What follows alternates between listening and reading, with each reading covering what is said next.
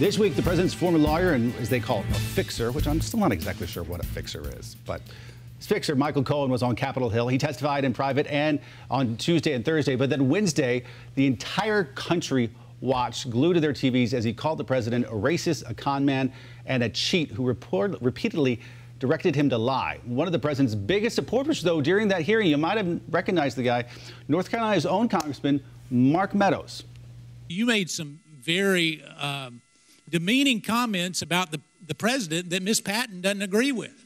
In fact, it has to do with your claim of racism. She says that as a daughter of a man born in Birmingham, Alabama, that there is no way that she would work for an individual who was racist. How do you reconcile the two of those? As neither should I, as the son of a Holocaust survivor. Now, Congressman Meadows being criticized by a lot of folks on the other side of the aisle for what they say is parading an African-American woman up in front of this hearing who happens to be a longtime supporter of the president and now works for HUD, I believe. Fair criticism? Absolutely. The African-American woman was used by Representative Meadows as a prop. You know, the reality is this president has had a history of pushing people of color out of housing. He has called the whole continent of Africa we can't say it on this program. Yes. I mean, there's a history. He's the leader when it came to the birther movement. So randomly, just because you have a black friend, which is the stereotypical thing, hey, I'm not racist because, hey, I have a black friend. Yeah. It makes no sense. When you have a history or pattern or practice of the things that you say, that when you say there were decent people on all sides when it comes to white supremacists, that's a problem. And this president has had a history of that. We should also say after this, there were several videos that leaked online of Meadows during the 2012 campaign saying he's going to send Obama back to Africa. We should say that he has since apologized for that and said he regretted those words. I just want to make sure we get that in there. The president was a Democrat. He does have a history of excellent relationships with people of color. And the problem is, as we've known all along, he is also crass and absolutely unrestrained in the way he talks, reckless in the way he talks. He doesn't observe all the rules. I don't think there's a track record of sort of fundamental bias against people of color in the president. I think his behavior, whether it's women or whatever, exemplifies exactly what a lot of the people who voted for him wanted, which is a street-fighting guy who is not inhibited by some of the conventions of political Your correctness. point is that he's crass towards anybody. He doesn't discriminate. Well, he's reckless, right? I mean, his tweets, his behavior. So people wanted somebody who would go out and engage and break down some of the strictures of correctness that had taken hold during the prior administration. Just because somebody has a history of being reckless doesn't mean we should not call him out on it. This is the president of the United States. Young children are looking up to our world leaders constantly. The world is looking up to our world leaders. And when we have a president that makes fun of people with disabilities, when he makes fun of or calls out people of color, when he makes fun of the first African-American president with the birther movement, when you know that he was born in the United States, that's a problem. And that's part of the reason why this president has continued problems. It's part of the reason why there have been decent Republicans on the other side of the aisle who have stood up to this president, but we need more of these folks, or just like Michael Cohen said, this president is going to come back to haunt a lot of Republicans like the 2018 election did, and they lost Congress, the United States Congress, because of that.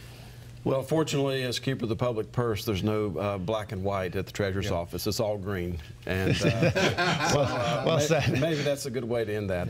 You know, we're good stewards of the public money, and I did not get to see the hearing, but that's how we roll at the Treasurer's office. I want to get in one other thing about President Trump. This week, as you probably know, he had his second meeting with North Korean leader Kim Jong Un.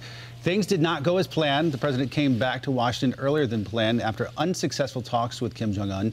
The president abruptly cutting the summit short, actually, after the two failed to sign any sort of agreement on sanctions. President Trump not getting anything from Kim, but not promising anything either. But here's where it got a little weird. When asked about American college student and North Korean prisoner Otto Warmbier, the president believes Kim Jong Un knew nothing about the mistreatment and death, leaving a lot of folks on both sides of the aisle scratching their heads. Experts, even allies, say it's impossible Kim would not have known what's going on. He's responsible for what happens in that country, and the president should have stood up for the memory of Otto Warmbier, for his parents. We shouldn't be naive about this regime and about the way they mistreat their own people, and certainly the way they mistreated Otto Warmbier. So I posted something on Twitter this week saying, Trump says he trusts Kim Jong Un on Otto Warmbier's death. He says he trusts Putin on election meddling. He says he trusts MBS on Khashoggi's death. But he says we should distrust our U.S. institutions like the intelligence community, the legal system, and the press. Where am I wrong? You are not wrong. Again, this president... I mean, defenders, Republicans at the table, I mean, speak up, because when you're talking about strong defense against our biggest enemies, our national institutions, American exceptionalism, those are typically Republican ideas. Well, when I think about North Korea, I think about two things. My father served in North Korea. Yeah. And secondly, I think about the UN speech that President Trump gave probably 2 years ago, where he showed the satellite picture of the economic demise of North Korea versus South Korea at nighttime. One has no lights and one doesn't. And I think, I'm not an expert on foreign affairs, but anytime that we can liberate any individual from that kind of regime, that's a positive thing. Absolutely. I think we need to keep sight of the bigger picture. There were no talks going on with North Korea before. They were shooting missiles, they were testing nuclear devices, and we have a situation now where serious conversations are taking place.